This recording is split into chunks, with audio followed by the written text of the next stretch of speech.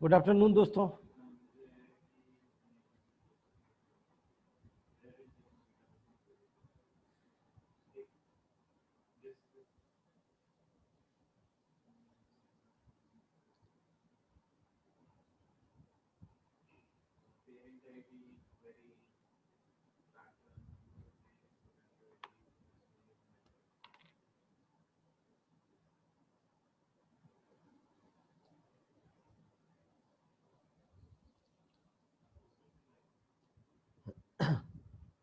हर उस बच्चे का स्वागत जो इस एप्रेटस को पहचानता है,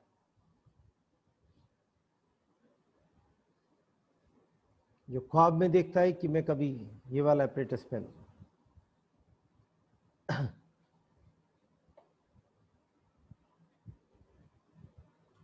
वो जीतते हैं जो जीतने के बारे में सोचते हैं।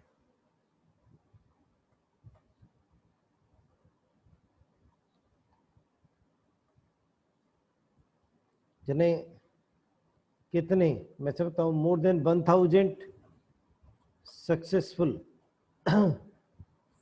स्टूडेंट्स मुझे लिख के भेज चुके हैं। आई एक्सपेक्ट कि आप में से कुछ लोग मुझे लिख के भेजेंगे जिस दिन ये एग्जामिनेशन आपका स्टार्ट वो होगा, जब आपको सक्सेस मिलेगी। They win who think they can, जो जीतने का ख्वाब देखते हैं, जिनके मन में आता है कि यस मैं जीतूंगा, जो जीतने के लिए प्लान बनाते हैं।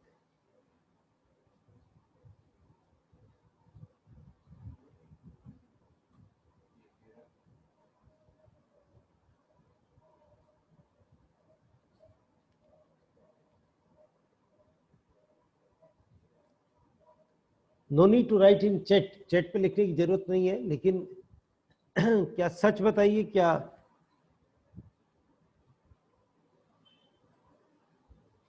हर 1000 बच्चे में से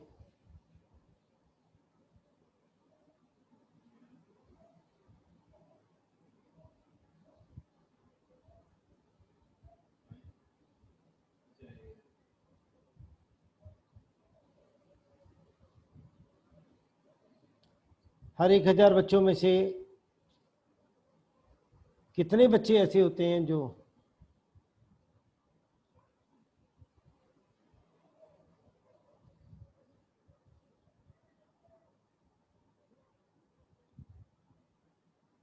सच में ये सोचते हैं कि वो जीतेंगे? अपने मन में सोचिए, अपने आप को कंसीडर करके सोचिए। अगर ये आपका सेकंड अटेम्प्ट है तो अपने बारे में सोचिए।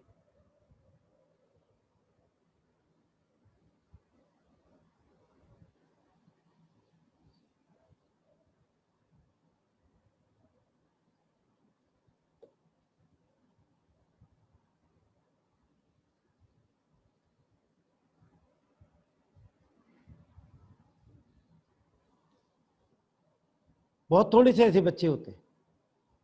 मोस्ट ऑफ द स्टूडेंट तो केवल ये सोच के गेम खेल रहे होते हैं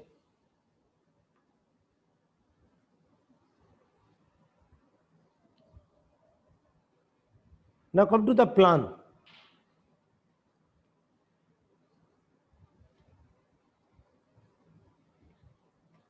एक 180 question total, 180, 45, 45, 45, 45,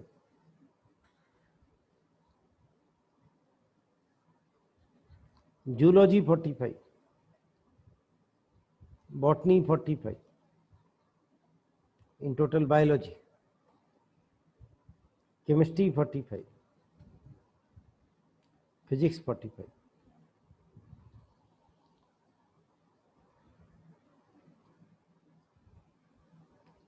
sixty two 70 minutes. कोशिश करें 60 पे कंप्लीट हो जाता है। 40 मिनट्स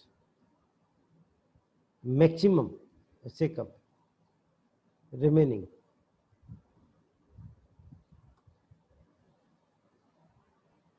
ये सक्सेस का मूल मंत्र है।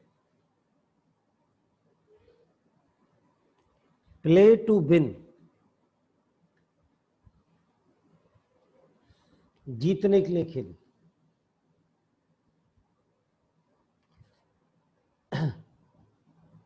आप अपने हिसाब से अपनी कट ऑफ सोच सकते हैं। If you are a general candidate, you need more than 550 score.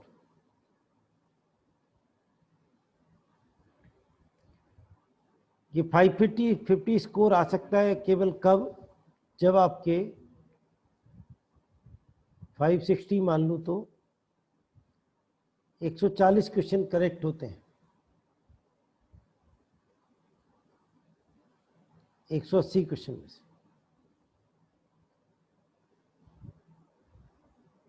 इतने क्वेश्चन करेक्ट होते हैं, एक भी रॉन्ग नहीं है, तब आप 560 पे आ सकते हैं।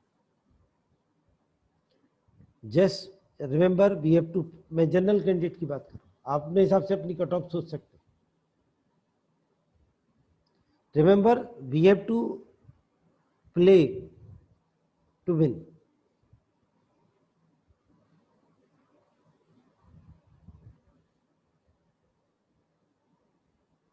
मतलब आपका ऐसा ना हो कि आप नंबर ऑफ क्वेश्चन जो अटेम्प्ट कर रहे हैं, if you are general candidate, that should be not less than 150।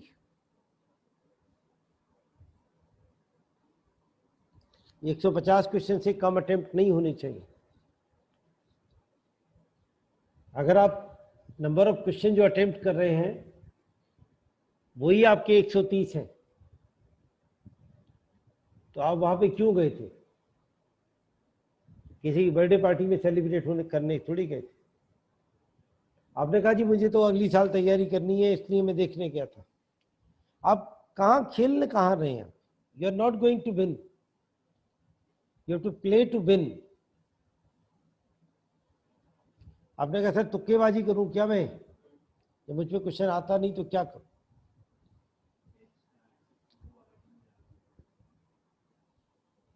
बहुत सारे ऐसे बच्चे क्वेश्चन को सही कर देते हैं जो क्वेश्चन को नहीं जानते। अगर हम उसमें से ऑप्शन हटा दें तो ऑप्शंस को काउंट करने लगें।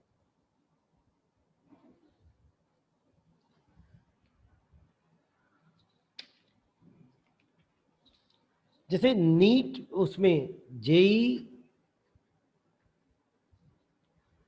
2016 में एक बहुत तगड़ी problem I, a very difficult problem.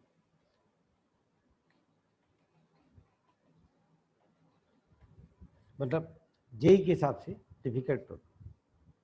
उन्होंने कहा हमारे पास में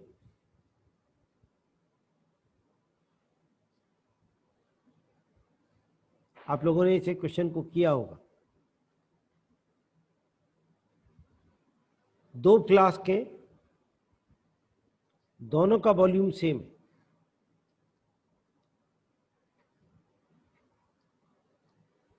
दोनों को एक नेग्लिजिबल वॉल्यूम वाली ट्यूब से जोड़ दिया है। इसको T1 टेम्परेचर पे रखा है, इसको T1 टेम्परेचर पे। इस समय दोनों के अंदर प्रेशर P1 है, P1 है। अब क्या किया है, किसी तरीके से, हालांकि ये पॉसिबल नहीं है तरीका, किसी तरीके से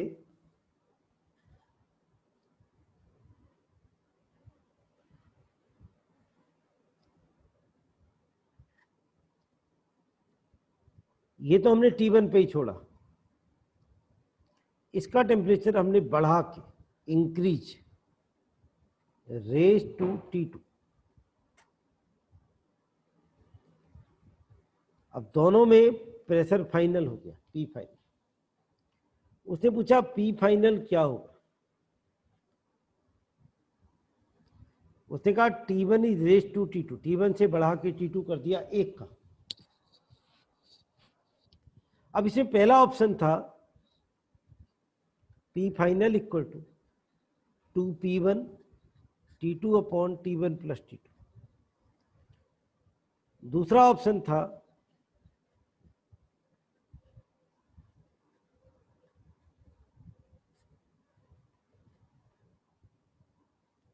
तीसरा ऑप्शन था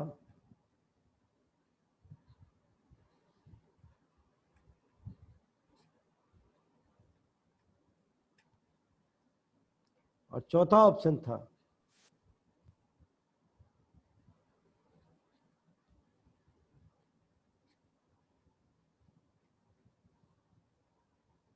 ये 4 ऑप्शन थे।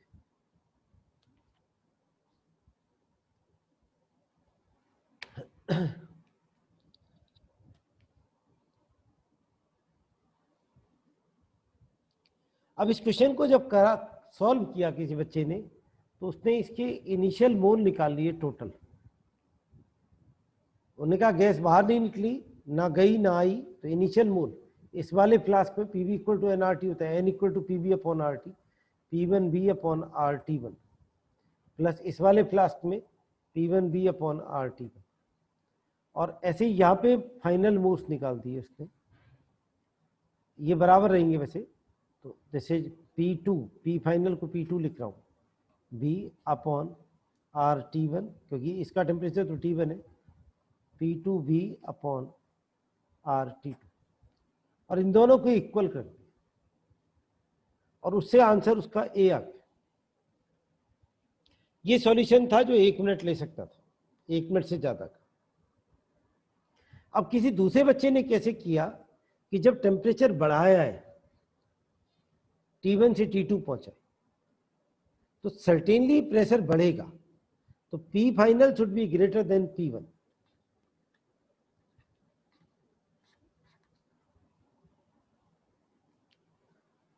टेम्परेचर हमेशा एब्सोल्यूट होता है, तो यहां तो मल्टीप्लीकेशन आ गया टेम्परेचर का। अगर ये 100 है और ये 110 है, 100 गुणा 110 बटे 100 प्लस 110, ये तो बहुत ज्यादा हो गया, ये वैल्यू वेरी लार्ज है। सिमिलरली ये वैल्यू वेरी लार्ज है। और यहां पे क्योंकि T2 ज्यादा है T1 से, तो 2T1 upon T1 plus T2 जो आएगा वो लेस देन 1 आएगा, तो यहां प्रेशर घट गया, डिक्रीज। दैट इज वाई ए की चॉइस बनती। एक बच्चे ने ऐसे किया। तो जरूरी नहीं है कि आप पे सॉल्यूशन ही आना चाहिए, आप में जीतने की प्रबल इच्छा होनी चाहिए, आपके मन में होना चाहिए yes I have to win, तब आप जीतते। जब आप में प्रबल इच्छा नहीं है जीतने की, तो आप जानते हुए क्वेश्चन का को गलत करके आते। और जब आप में जीतने की प्रबल इच्छा होती है, तो आप ऐसे क्वेश्चन में भी अपना आंसर निकाल लेते हैं जिस क्वेश्चन को आप नहीं जानते। तो पहली तो कंडीशन ये है कि हमारा नंबर ऑफ अटेम्प्ट जो होना चाहिए ग्रेटर देन 1। दो जो मैंने सबसे पहले अपनी बात को स्टार्ट किया था, जो ये सोचते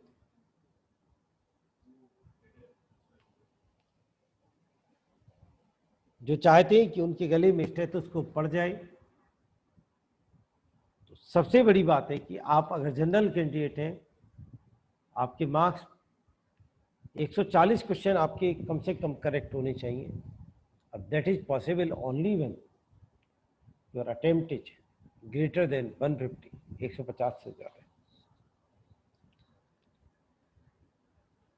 जो लोग मेरी बात से एग्री करते हैं, they write in chat box agreed.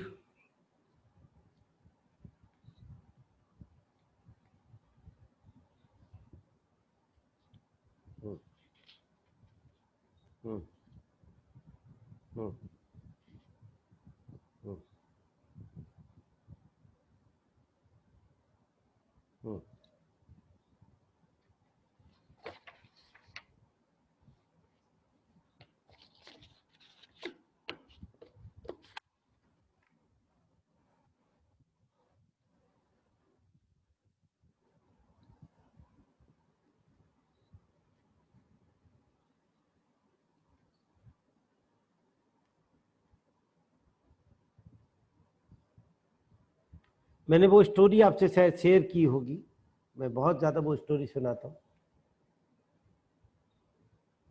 कि जब एडिसन ने बल्ब डिस्कवर किया, that was very very very big discovery, क्योंकि पूरी दुनिया उस समय मसालों से चला करती थी, केरोसिन लैंप जला करते थे। जब बल्ब डिस्कवर हुआ तो लोगों को लगा कि आप सूरज बना सकते हैं, जब उनसे पूछा गया, एडिसन से, उनको जब पुरस्कार दिया जा रहा था बहुत बड़े सम्मेलन में, तो उनसे पूछा गया कि आप कितनी केमिस्ट्री, वो फिजिक्स जानते हैं, आप तो बहुत फिजिक्स जानते हो, आखिर आपने बल्ब बना डाला, आप कितनी फिजिक्स जानते?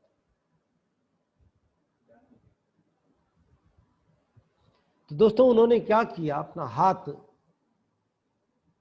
वहां पे समुद्र के किनारे घूम रहे थे वो, उनके साथ प्रेस रिपोर्टर्स थे, उन्होंने अपना हाथ समुद्र के पानी में डाला और देन उसको काफी देर तक साफ करते रहे हाथ। जब वो बिल्कुल ड्राई हो गया, बिल्कुल साफ हो गया, तब उन्होंने उनसे पूछा, जो साथ में लोग थे, प्रेस रिपोर्टर थे, do you see any cent particle on my hand? क्योंकि वो बहुत देर से साफ कर रहे थे, तो उन्होंने कहा नो, इट्स वेरी क्लियर। उन्होंने कहा नो, एक्चुअली जब मैंने हाथ पानी में डाला है, समुद्र के पानी में, तो ऐसा हो ही नहीं सकता कि मेरे हाथ पे सेंड ना आया। तो इसमें एक इनविजिबल पार्टिकल है जो हमें नेकेड आई से नहीं दिखाई दे रहा है, जिसे हम अगर उससे देखेंगे तो दिखाई दे जाएगा। तो वो जो एक इनविजिबल पार्टिकल है जो हमें नहीं दिखाई दे रहा है, इतनी मैं फिजिक्स जानता हूं, और ये फिजिक्स पूरा समुद्र है। ये तो एडिसन थे साहब।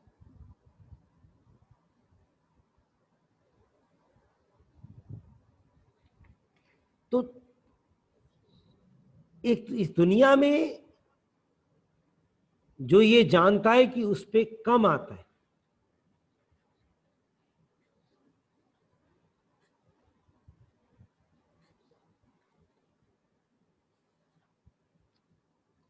वो रियल होता है।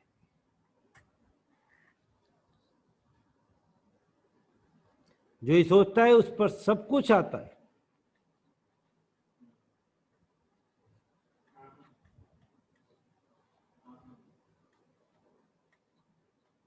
वो आइडियल होता है। और इस दुनिया में कोई आइडियल नहीं।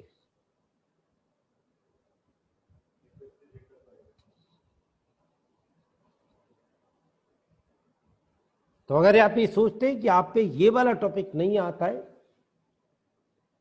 तो आप कुछ गलत नहीं सोच रहे। इस दुनिया के हर इंसान को ये बात होती है,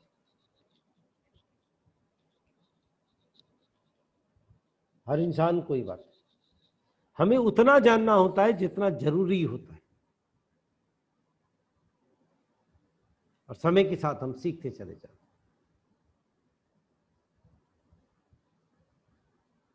तो सबसे इंपॉर्टेंट है कि अपने ऊपर कॉन्फिडेंस करें, खुद पे विश्वास करें, खुद पर विश्वास।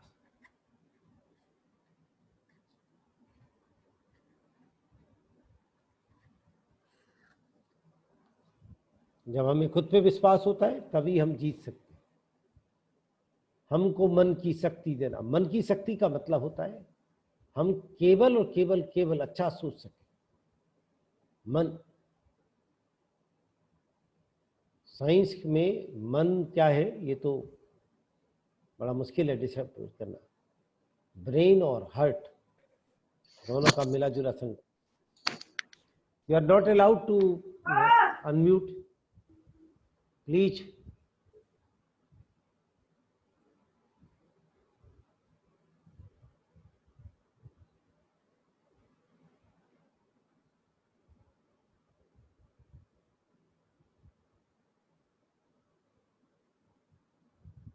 Can you hear me now? Can you hear me? Okay, okay, okay, thank you. तो हमको मन की शक्ति देना, मन को स्ट्रांग बनाए, दिमाग में केवल पॉजिटिव बात आनी चाहिए। हमको मन की शक्ति देना, मन विजय करे, दूसरों की जय से पहले खुद को जय करे।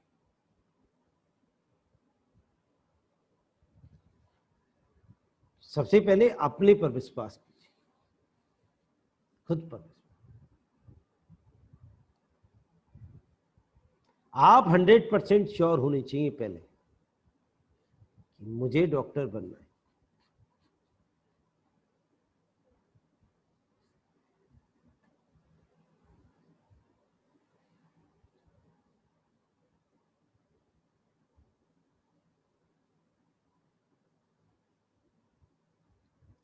ये जो डॉक्टर होते हैं जो कोरोना की टेस्टिंग करते हैं, आपने टेलीविजन में वो सीन देखा होगा,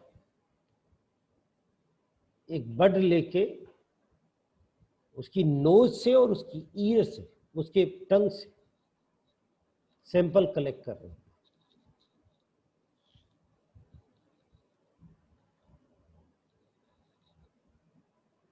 उसकी नोज से और उसकी टंग से, गले से। इसको मैं हिंदी में बोल दूं तो आप सुन नहीं पाएंगे।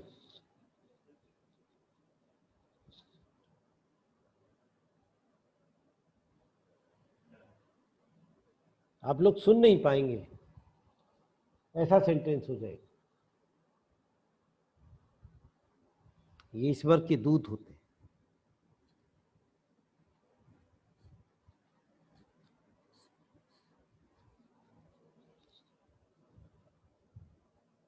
यही कर सकते हैं और कोई नहीं कर सकता।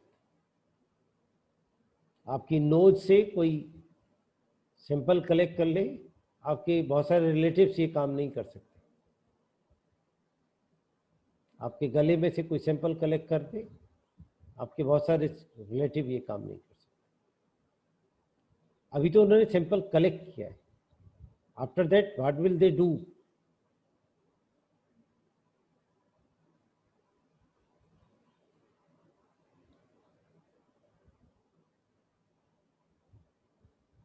ईश्वर के दूत। तो एक अच्छी आत्मा, सच्ची आत्मा ही डॉक्टर बन सकती।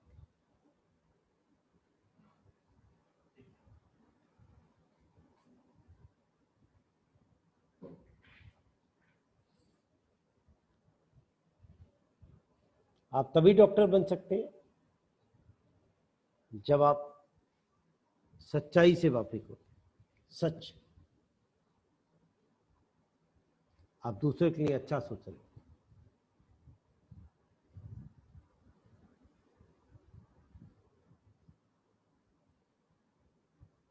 अपने पर विश्वास कीजिए। छोटे बच्चों में कभी गिल्ट नहीं रहना चाहिए। आप बहुत छोटे हो, अपने मन में ये मानिए कि नहीं, मुझे अच्छा करना है, मैं जीवन भर लोगों की मदद कर, सच्चाई पे रहूंगा। ईश्वर आपको दोनों हाथ बढ़ा के डॉक्टर बनाएगा, दोनों हाथ बढ़ा के। आप कम जानते हैं, ज्यादा जानते हैं, उससे फर्क नहीं पड़ता।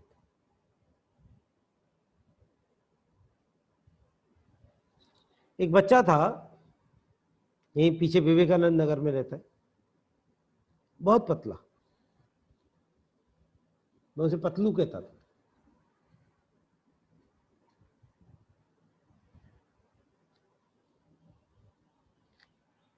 मुश्किल से वैसे बताऊं 30 से 40 किलो के बीच में वजन होगा उसमें। तो मेरे पास आया, एक साल ड्रॉप कर चुका था, मेरे पास आया, कहने लगा मित्तल सर, उन दिनों सीपीएमटी एग्जामिनेशन होता था, कि सर मुझे ना वो मिल रहा है बीएमएस, मुझे बीएमएस नहीं जाना है, मुझे एमबीबीएस जाना है। तो एक साल ड्रॉप हमारे ही पढ़ के, तो उस समय बहुत एवरेज रहा होगा, मैं उसकी टच में नहीं था। तो मैंने उसे समझाया, 1 घंटे समझाया, बेटा आयुर्वेदिक में अच्छा फील्ड है, ये दुनिया भर की चीज़ें उससे स्वप्न दिखाए, बताया। और मैं नहीं चाहता कि वो ड्रॉप करे। उसे बताया कि 1 साल की क्या कीमत होती है, कैसे होता है, 1 साल में वो क्या क्या कर सकता है। और उसे बिल्कुल ये समझाया कि आप ड्रॉप ना करें। लेकिन अगले दिन क्लास में वो बैठा हुआ था, अरे बिन तू आ गया। उस दिन से हमारा इंटरेक्शन हो गया। उसे पतलू की माँ कहने लगा, उसमें बीच में पूछने लगा एक आदमी, कैन यू बिलीव दिस? अभी 10 साल 12 साल पुरानी बात हो,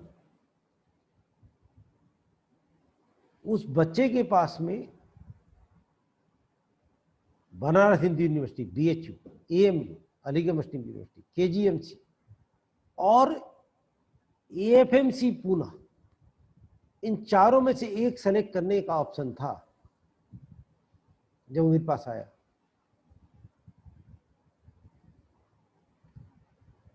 अभी जब 15-20 दिन, 1 महीने पहले वो आया हमारे यहाँ, तो मेरी साथ में एक लड़की पढ़ती थी हमारे साथ में, हम MSc करते थे, तो उसके हस्बैंड जो है वो नेवी में है, ही नेवी में वो कैप्टन है।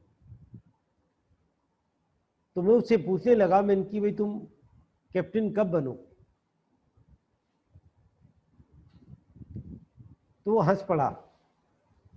तो वहाँ वरुण बैठे हुए थे, तो वरुण कहने लगे, सर ये इस समय कैप्टन से एक रैंक ऊपर है।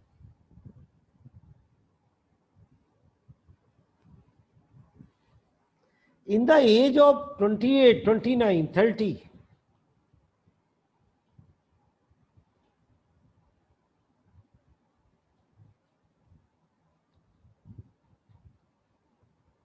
तो उसने अपने ऊपर विश्वास किया, खुद पे विश्वास किया, यस मैं कर सकता हूं, सफल हुआ।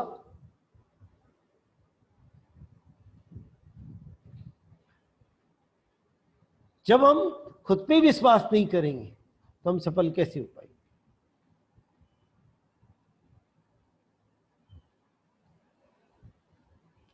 मेरे पास नीट 2019 का पेपर है इस समय, मेरी टेबल पे रखा हुआ है।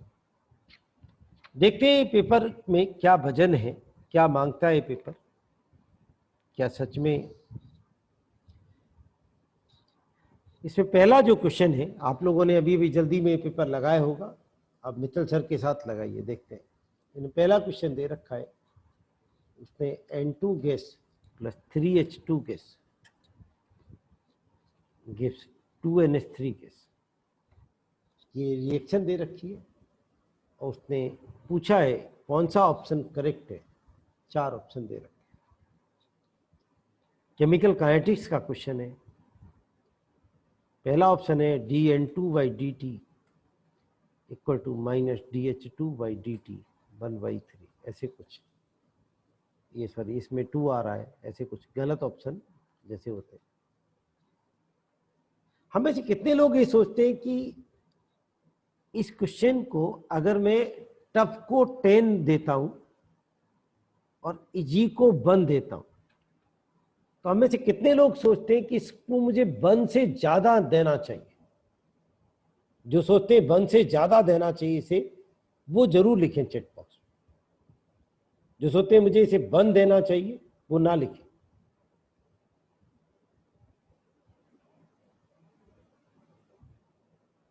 जस्ट केवल इनमें रिलेशन बनाने पे अगर हम 30 साल की उम्र में कैप्टन से, मैं तो जानता भी नहीं कौन सी रैंक होती, लेकिन मैं ये जानता हूं एक कैप्टन के अंडर में 90% से ज्यादा, 95% के आसपास बटालियन आ जाती।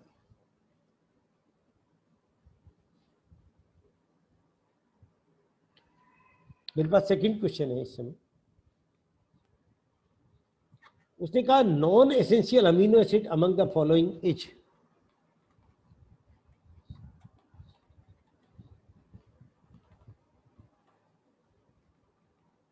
आप लोग तो बायोलॉजी के स्टूडेंट हो,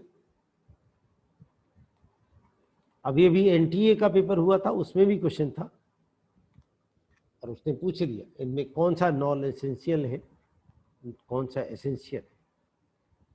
leucine, alanine and so on. मैं यहाँ पे पूरा नहीं लिख रहा हूँ। अगर आप एसेंशियल नॉन एसेंशियल आपको नहीं याद है तो करके जाइए साहब, एक अपनी साइड में एक डायरी बना लीजिए, उस पर लिख लीजिए कि मुझे 5 मिनट के अंदर एसेंशियल नॉन एसेंशियल याद करने। मैं भी करा सकता हूँ आप चाहूँ तो अभी आपको, लेकिन मैं जरा कुछ और आगे क्वेश्चंस करना चाहता हूँ। तीसरा क्वेश्चन है हमारे पास में, for ideal solution being a biology candidate, आप बायोलॉजी कैंडिडेट हैं, मैं इसको 1 से ज्यादा नहीं दूंगा। अगर मैं टफेस्ट क्वेश्चन को 10 दे रहा हूं, ईजीएस को 1 दे रहा हूं, बताइए साहब आइडियल सॉल्यूशन में क्या लागू होता है। मतलब आपको लिखना नहीं है चैट बॉक्स में, क्षमा चाहता हूं। Delta H mixing equal to 0, delta S mixing equal to greater than 0, delta G mixing less than 0 और delta B mixing equal to 0।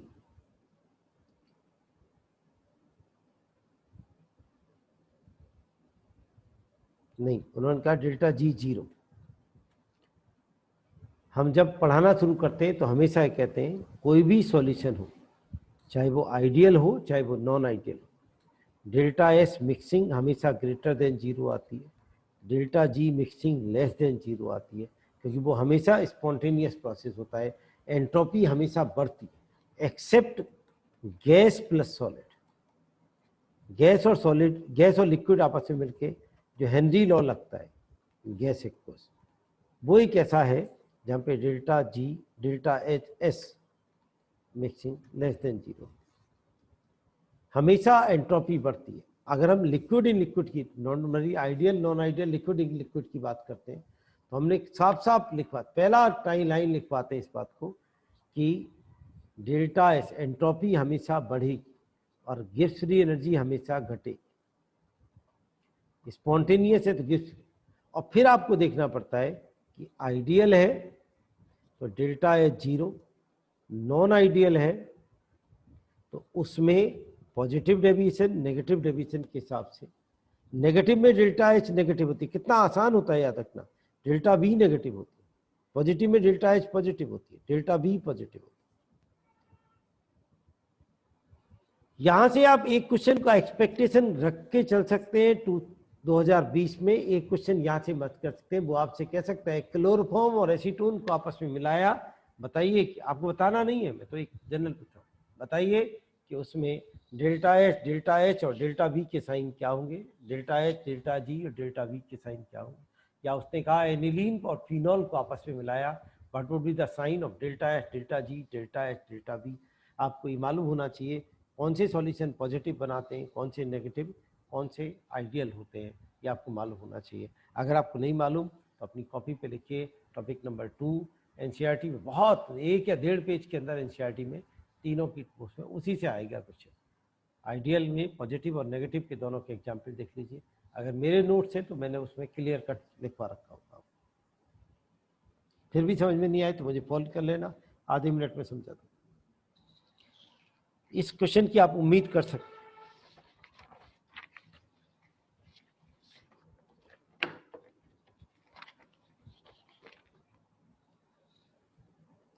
हमारे पास चौथा क्वेश्चन है यहाँ पे, the manganate and permanganate ion are tetrahedral due to, MnO4 minus होता है permanganate और MnO4 माइनस 2 होता है manganate, this the permanganate this the magnet.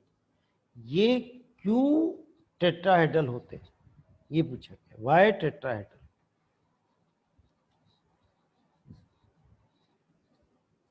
पहला कहा है उसने, अब टेट्राहेड्रल को तो भूल गया, अब उसने एक नया गाना शुरू किया, नो पाई बॉन्डिंग, कोई पाई बॉन्डिंग नहीं।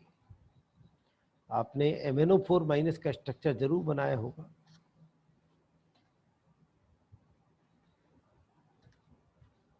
ऐसे बना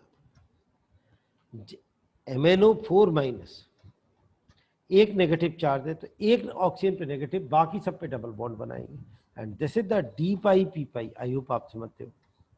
और MnO4 माइनस 2 में 2 ऑक्सीजन पे नेगेटिव लगा देंगे, डी पाई पी पाई। 1 2 3 4, यहाँ पे 4 है तो 4 इसके रेजोनेंट स्ट्रक्चर बनेंगे, एक बार यहाँ लगा देंगे, एक बार यहाँ लगा देंगे, एक बार यहाँ लगा देंगे, ऐसे नेगेटिव चार्ज। और बॉन्ड ऑर्डर निकलवा लेगा तो 2 4 6 7 7/4 आपका बॉन्ड ऑर्डर हो जाएगी। 7 2 4 6 7 टोटल 7 बॉन्ड है, 4 बार रेजोनेट करें। यहाँ बॉन्ड ऑर्डर निकलवा लेगा 2 4 5 6 6/4 ये बॉन्ड ऑर्डर हो जाएगा। नो पाई बॉन्ड, भैया पाई बॉन्ड तो है, डी पाई पी पाई बॉन्ड है, तो ये पहला ऑप्शन हट जाता है। भूल गया वो कि मैंने टेट्राहेड्रल पूछा है, वो अब दुनिया दूसरी दुनिया में आ गया।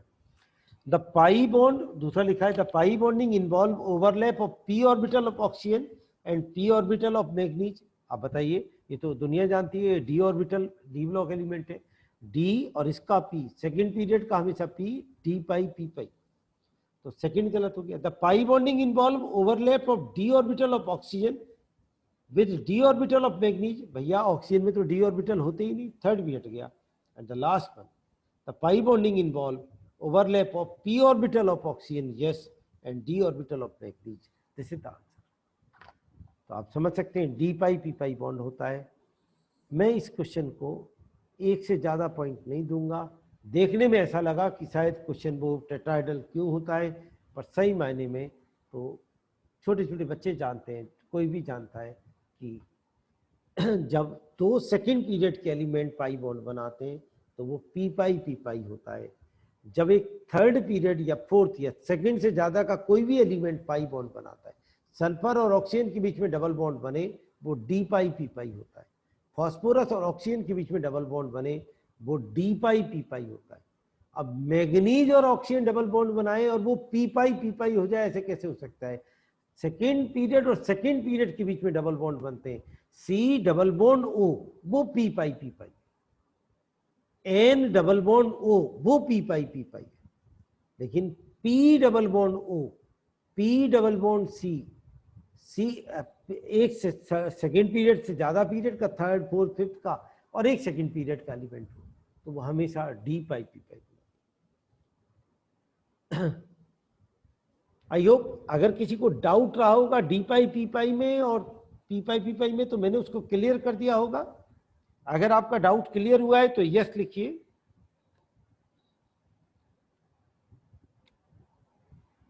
अगर आपको डाउट था और क्लियर हुआ है,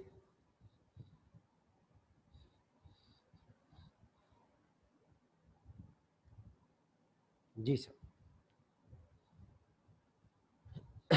5वां क्वेश्चन है हमारे पास में, which will make basic buffer.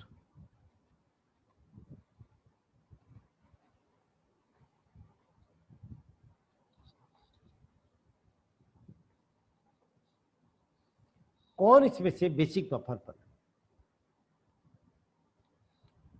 अब दोस्तों अगर हमें बेसिक बफर की डेफिनेशन मालूम, तब तो इस क्वेश्चन में कोई समस्या नहीं। अगर हमें acidic buffer, basic buffer, buffer की डेफिनेशन मालूम, तब तो इस क्वेश्चन में कोई समस्या बन। और अगर हमें बफर से डर लग रहा है अंदर से, तब दोस्तों कोई आपकी कैसे मदद कर सकता है? देखिए, जब कोई बंदा कुछ नहीं जानता हो तो भी वो बफर के क्वेश्चन को, इस तरह के क्वेश्चन को शायद मुश्किल से 5 मिनट में सीख जाए। अगर किसी सॉल्यूशन में एक बीक एसिड, और यकीन मानिए एग्जामिनेशन इतना आसान है कि बेचारा बीक एसिड के नाम पे एसिटिक एसिड को ही परेशान करता रहता है। बीक एसिड हो किसी सॉल्यूशन, और उसी बीक एसिड का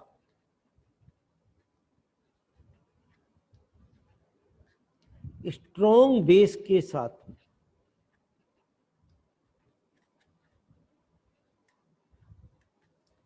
सॉल्ट, जैसे बीक एसिड, एसिटिक एसिड, और स्ट्रॉन्ग बेस के साथ में सॉल्ट, सोडियम एसिड। अगर किसी भी कंडीशन में ये आ जाए सॉल्यूशन में, दोनों चीज, या ऐसा कोई और एसिड, बेंजोइक एसिड, और उसका स्ट्रॉन्ग बेस के साथ में सॉल्ट, ऐसी कोई कंडीशन अगर आ जाए तो वो हमेशा एसिडिक बफर बन जाए। और अगर बीक बेस आ जाए वीक बेस के नाम पे बेचारा अमोनियम हाइड्रोक्साइड या अमोनिया कोई वो करता रहता है। मैं जब पढ़ता था तो मुझे बहुत दिन बाद समझ में आई कि अमोनिया और अमोनियम हाइड्रोक्साइड एक ही बात होती, ये दोनों एक ही बात है। और इसी वीक एसिड बेस का स्ट्रॉन्ग एसिड के साथ salt of weak base with strong acid. अब स्ट्रॉन्ग एसिड कौन है? HCl है, अमोनियम क्लोराइड। अगर सॉल्यूशन में ये दो चीज आ जाए तो वो बफर बन जाए। देखते हैं साहब, पहला ऑप्शन देखते हैं आपके साथ। उसने कहा 100 ml of 0.1 molar acetic acid plus 100 ml of 0.1 molar NaOH। अच्छा एक बात बताइए सबको ध्यान से बताइए, आपके घर पे एक गेस्ट आए जो हम बहुत मतलब गेस्ट की टाइप होती है, तो ये बड़े इंपॉर्टेंट इंसान है आपके जीवन में, इंपॉर्टेंट गेस्ट, बहुत इंपॉर्टेंट, अपने हिसाब से सोच सकते हैं। आपने या आपकी घर से किसी ने उनके सामने एक प्लेट में 2 रसगुल्ले रखे। उन्होंने कहा कि जरा चक्के बताइए मिर्च ज्यादा तो नहीं है।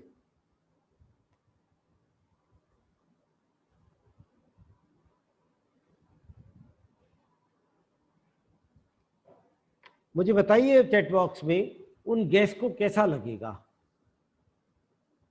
कैसा फील करेंगे। आपने उनके सामने रसगुल्ले रखे और उनसे पूछा जरा टेस्ट करके बताइए मिर्च ज्यादा तो नहीं है इसमें।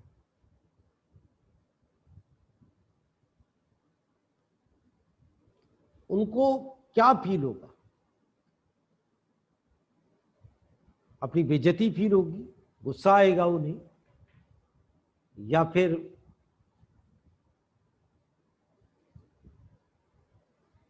वो सच में चक्के देख के बताएंगे मिर्च कम है या ज्यादा? बताइए मुझे चैट बॉक्स में प्लीज, जो आपके मन में आता है वो लिखिए। जी साहब, ऋतिक स्वामी ने लिखा है अगली बार वो हमारे यहाँ नहीं आएंगे। मुस्कान भी कुछ ऐसा नहीं चखेंगे सर। तो दोस्तों आप बताइए, कोई एसिड में बेस डाल के आपसे पूछे क्या ये बेसिक बफर है, इज दिस नॉट वो इंसल्ट ऑफ यू? क्या ये आपकी इंसल्ट नहीं है? आप मेडिकल का एग्जामिनेशन देने जा रहे हैं और एक बंदा आपसे पूछ रहा है क्या ये बेसिक बफर है, और इसमें एक वीक एसिड भला पड़ा हुआ है साहब।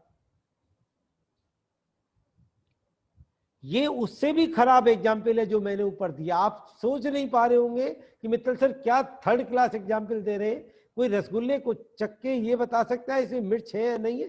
तो जब कोई नीट एग्जामिनेशन में ये पूछ सकता है कि एसिडिक एसिड में NaOH डाल के क्या ये बेसिक बफर बनेगा, तो सही मायने में कोई रसगुल्लों में मिर्च ढूंढ सकता है साहब।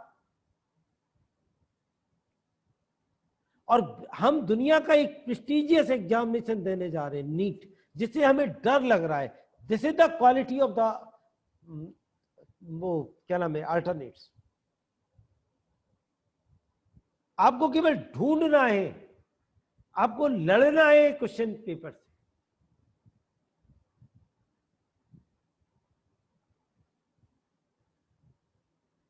अगर कोई एसिटिक एसिड में बेसिक बफर ढूंढ सकता है तो जरूर कोई रसगुल्लों में मिर्च ढूंढ सकता है सर। आगे बढ़ते हैं। 100 ml of 0.1 molar HCl plus 200 ml of 0.1 molar NH4OH। हम इसे होल्ड कर सकते हैं क्योंकि इसमें आइटम हो सकता है ammonium hydroxide. Third 100 ml of 0.1 molar HCl plus 100 ml of 0.1 molar NaOH। देखिए what is the quality of the alternate, और हम कहते हैं कि हम पे बफर नहीं आता है। देखिए एक स्ट्रॉन्ग एसिड में एक स्ट्रॉन्ग बेस डाला है, वीक का नामो निशान नहीं है। दुनिया जानती है वीक एसिड में के साथ में एसिडिक बफर बनता है, वीक बेस के साथ में बेसिक बफर बनता है। और यहाँ क्वालिटी देखिए, स्ट्रॉन्ग एसिड में स्ट्रॉन्ग बेस डाला है। और this is the very very prestigious examination, NEET 2019 का पेपर हम सॉल्व कर रहे हैं और हम डर जाए, कैसे पॉसिबल है साहब? हमें अपने ऊपर विश्वास ना हो।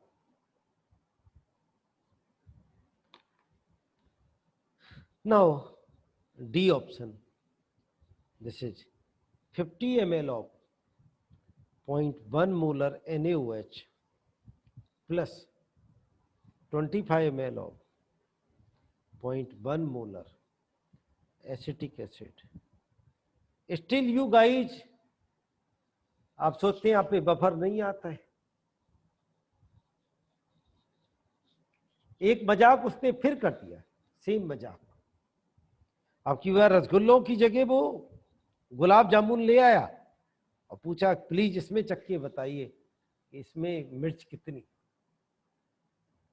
या आप कहें तो मैं इस पे खट्टी सौंठ डाल दूं।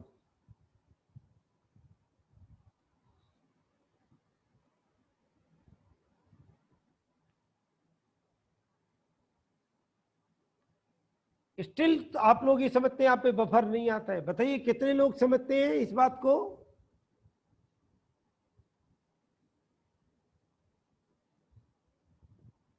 इसीलिए कहता हूं they win who think they can.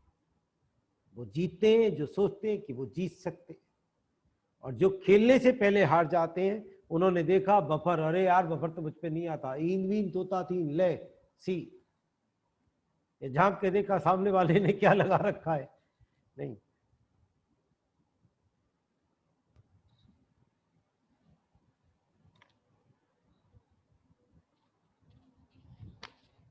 Next question पे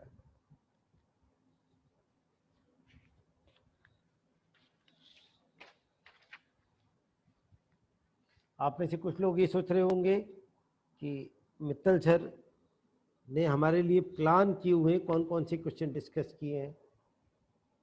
यकीन मानिए, आप तो वैसे जानते हैं, ज़्यादातर बच्चे मुझसे पढ़े हुए हैं कि मैं झूठ नहीं बोलता। तो मैंने अपने सामने एक पेपर रखा हुआ है, इंटरनेट से डाउनलोड किया है, हो सकता है आप पे भी यही पेपर हो, इसी सीक्वेंस में आपको क्वेश्चन मिले।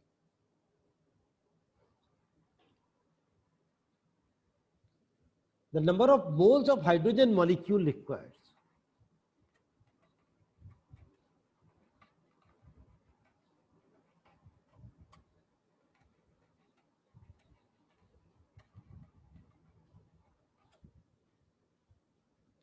to produce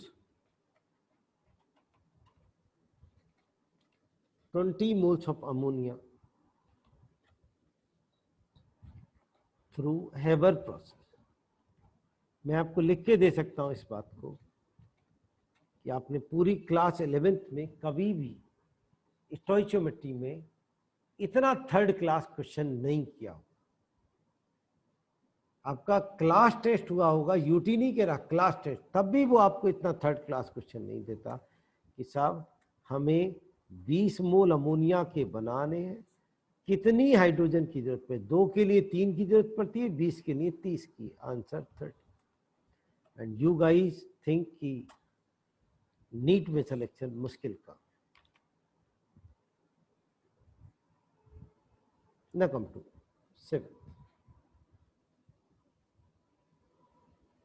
Which of the following diatomic molecular species? Which of the following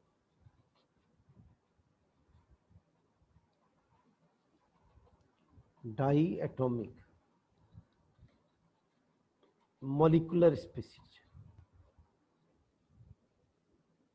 has only pi bonds according to molecular orbital theory? दोस्तों मॉलिक्यूलर ऑर्बिटल थ्योरी आपको कम से कम 2 या 3, हो सकता है 3 से ज्यादा दे से 3-4 क्वेश्चन देखे जाइए। कहीं ना कहीं लगती चली जाएगी मॉलिक्यूलर थ्योरी।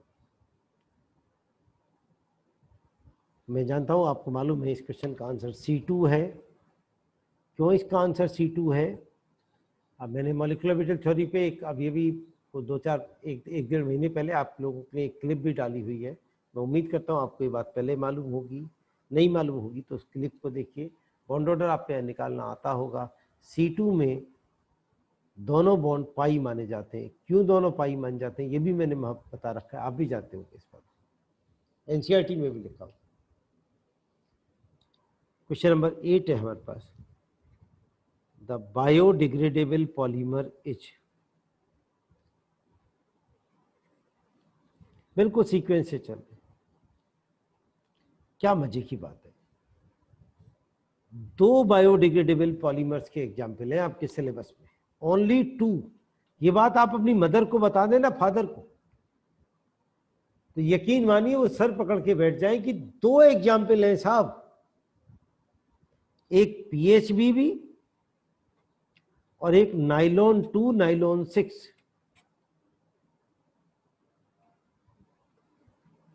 कोई और एग्जाम्पल हो तो लिख दीजिए, मैं भी देख लूंगा।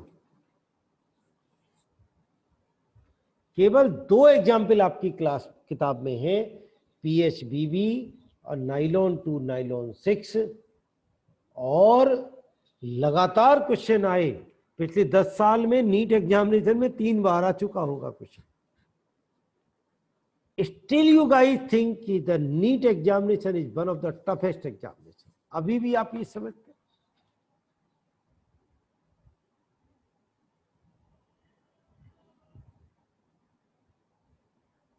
अगर आप ये समझते हैं कि नहीं साहब इसमें सिलेक्शन मुश्किल है, सिलेक्शन उन लोगों के लिए मुश्किल है जो लोग अपने काम के अलावा दुनिया भर की चीजों में इन्वॉल्व रहते हैं।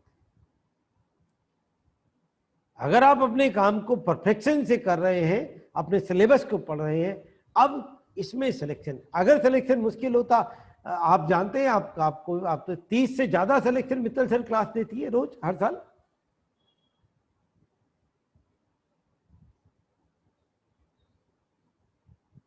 Government selection.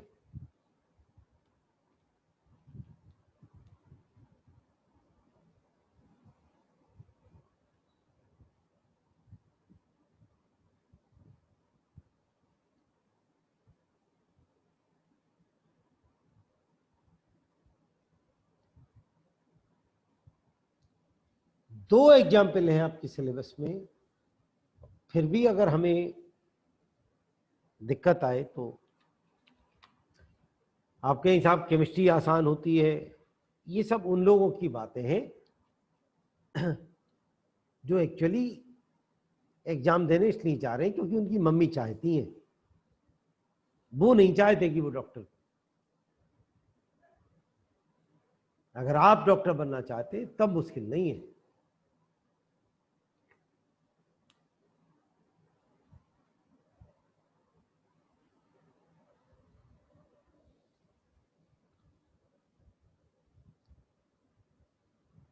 नाइन्थ क्वेश्चन साहब,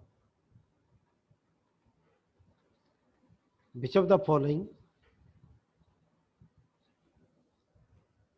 reactions are disproportionation reaction? 4 reaction दे रखी है, इनमें से कौन कौन सी हैं, बाद में ऑप्शन दे रखा है। एक बार सुनेंगे पूरी बात को, मैं आप क्वेश्चन सॉल्व नहीं करा रहा हूं आपको, मैं तो कुछ और दिखाना चाह रहा हूं।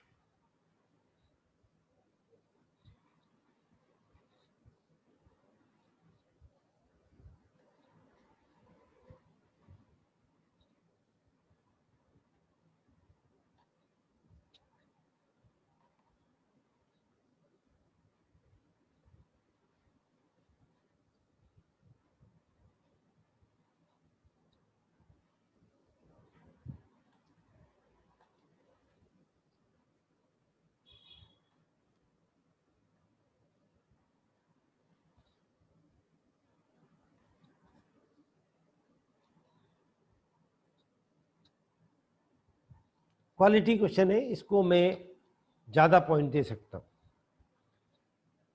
पहला ऑप्शन दिया है उन्होंने ए बी सी,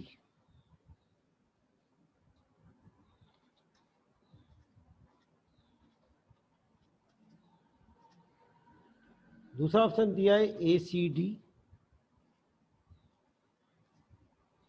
तीसरा दिया है ए एंड डी, और चौथा दिया है ए एंड बी। ये नीट एग्जामिनेशन है साहब।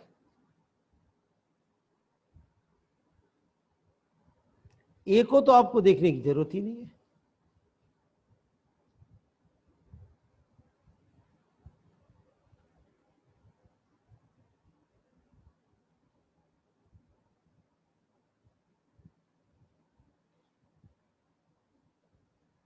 वैसे आप जानते होंगे डिस्प्रपोर्शनेशन कैसे कहते हैं, जब सेम एलिमेंट का ऑक्सीडेशन रिडक्शन दोनों हो। या मैग्नीज की ऑक्सीजन स्टेट +6 है, यहाँ +7 है, यहाँ +4। मैग्नीज का ऑक्सीडेशन, मैग्नीज का रिडक्शन, ये डिस्प्रपोर्शनेशन है।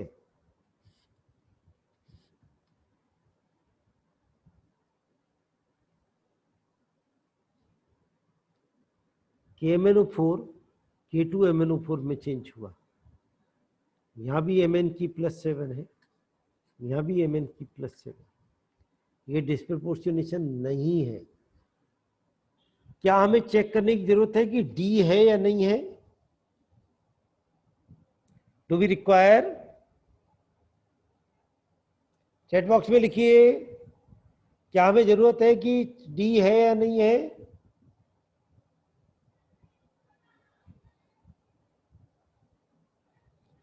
डी बहुत तगड़ा है। डी एक्चुअली डिस्प्रपोर्शनेशन क्यों नहीं है ये आपको आना चाहिए। यहाँ Mn की +7 है, यहाँ Mn की +2 है, यहाँ Mn की +4 है। +7 से +4 दिस इज रिडक्शन, +2 से +4 ऑक्सीडेशन। सेम एलिमेंट का ऑक्सीडेशन रिडक्शन दोनों हो रहा है। इसको जब 1 से 2 बन रहे होते तो डिस्प्रपोर्शनेट का, डिस्प्रपोर्शनेट माने डिस्प्रपोर्शनेशन होना। चीज 1 से 2, एक चीज कुछ डिस्प्रपोर्शनेट हो गई, डिस्प्रपोर्शनेट हो गई, और यहां इकट्ठा हो रहा है, दो चीजें एक में कर, दिस इज कॉन्स्पिरपोर्शनेशन। ये बात जिसको नहीं आती थी उसने भी क्वेश्चन सेट कर दिया साहब।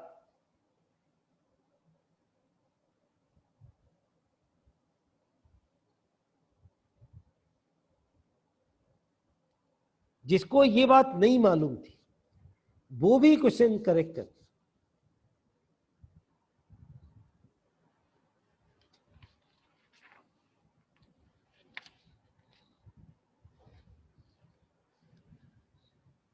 नेक्स्ट देखते हैं साहब,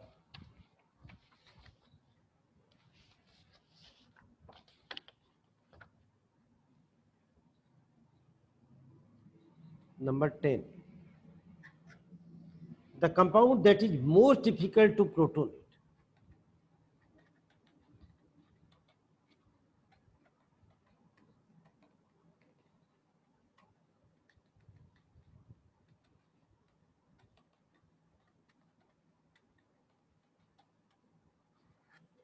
किसको प्रोटोनेट करना सबसे मुश्किल है? प्रोटोनेशन का मतलब है एचायन लेना। किस पर एचायन डिफिकल्ट करे, मुश्किल से अटैक करे।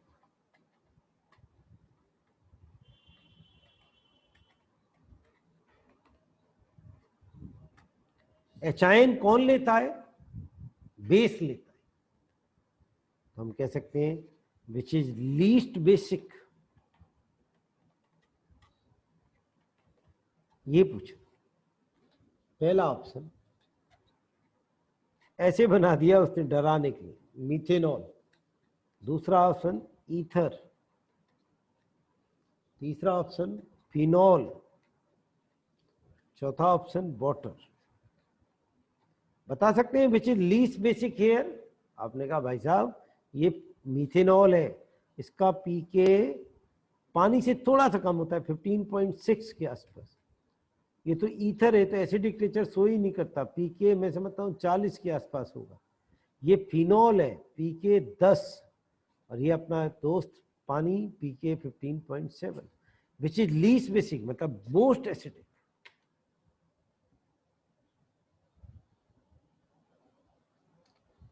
स्टिल आपको लगता है कि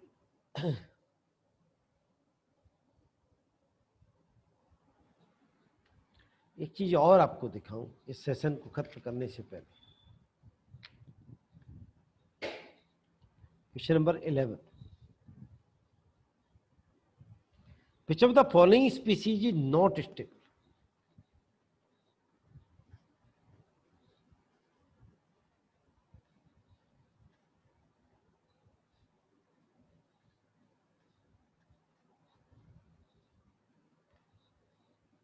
पहला ऑप्शन है GCl6 -2,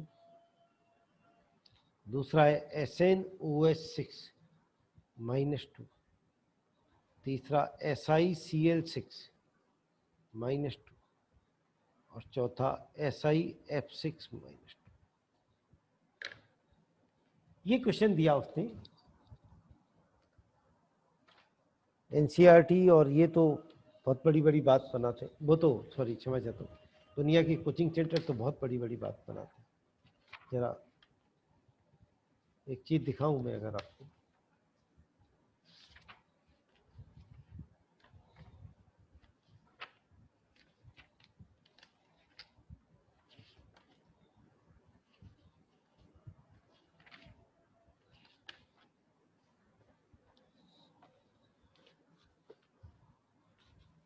अगर आप पढ़ सकते हो तो कोई बच्चा पढ़ के सुनाए प्लीज। अच्छा आप बोल तो नहीं सकते, कोई बच्चा लिख के सुनाइए क्या लिखा हुआ है एनसीईआरटी में पेज नंबर 317 पे। ये जो क्वेश्चन है, इस क्वेश्चन का क्वेश्चन लिख के बता दीजिए। अगर कोई लिख सकता है इस यहाँ से पढ़ के लिख दीजिए चैट बॉक्स पे क्या लिखा हो।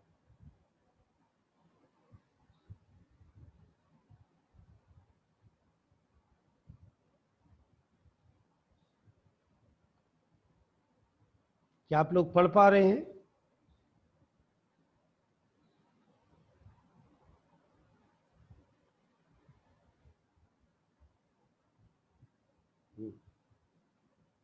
जी लिख दीजिए, तो क्या क्वेश्चन है जरा लिख दीजिए चैट। जी एक बच्चे ने लिखा है, इसने अगर थैंक यू, इसने अगर ने लिखा है क्वेश्चन है SiF6 -2 is known but SiCl6 -2 is not known and this is an NCERT problem। और वो क्या पूछ रहा है, which of the following species is not stable? नहीं,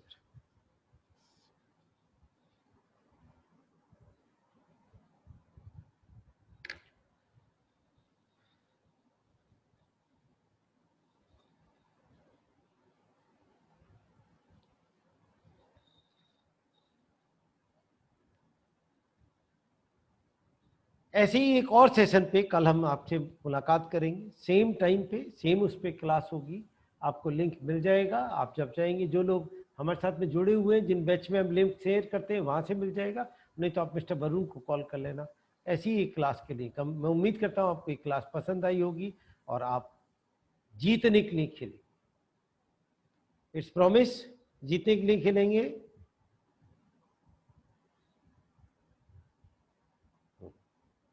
only one guy is giving promise है। मैं उम्मीद करता हूँ आप जीतने के लिए खेलें।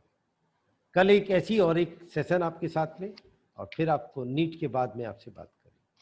थैंक यू दोस्तों, thank you very much, I enjoyed, I hope you also.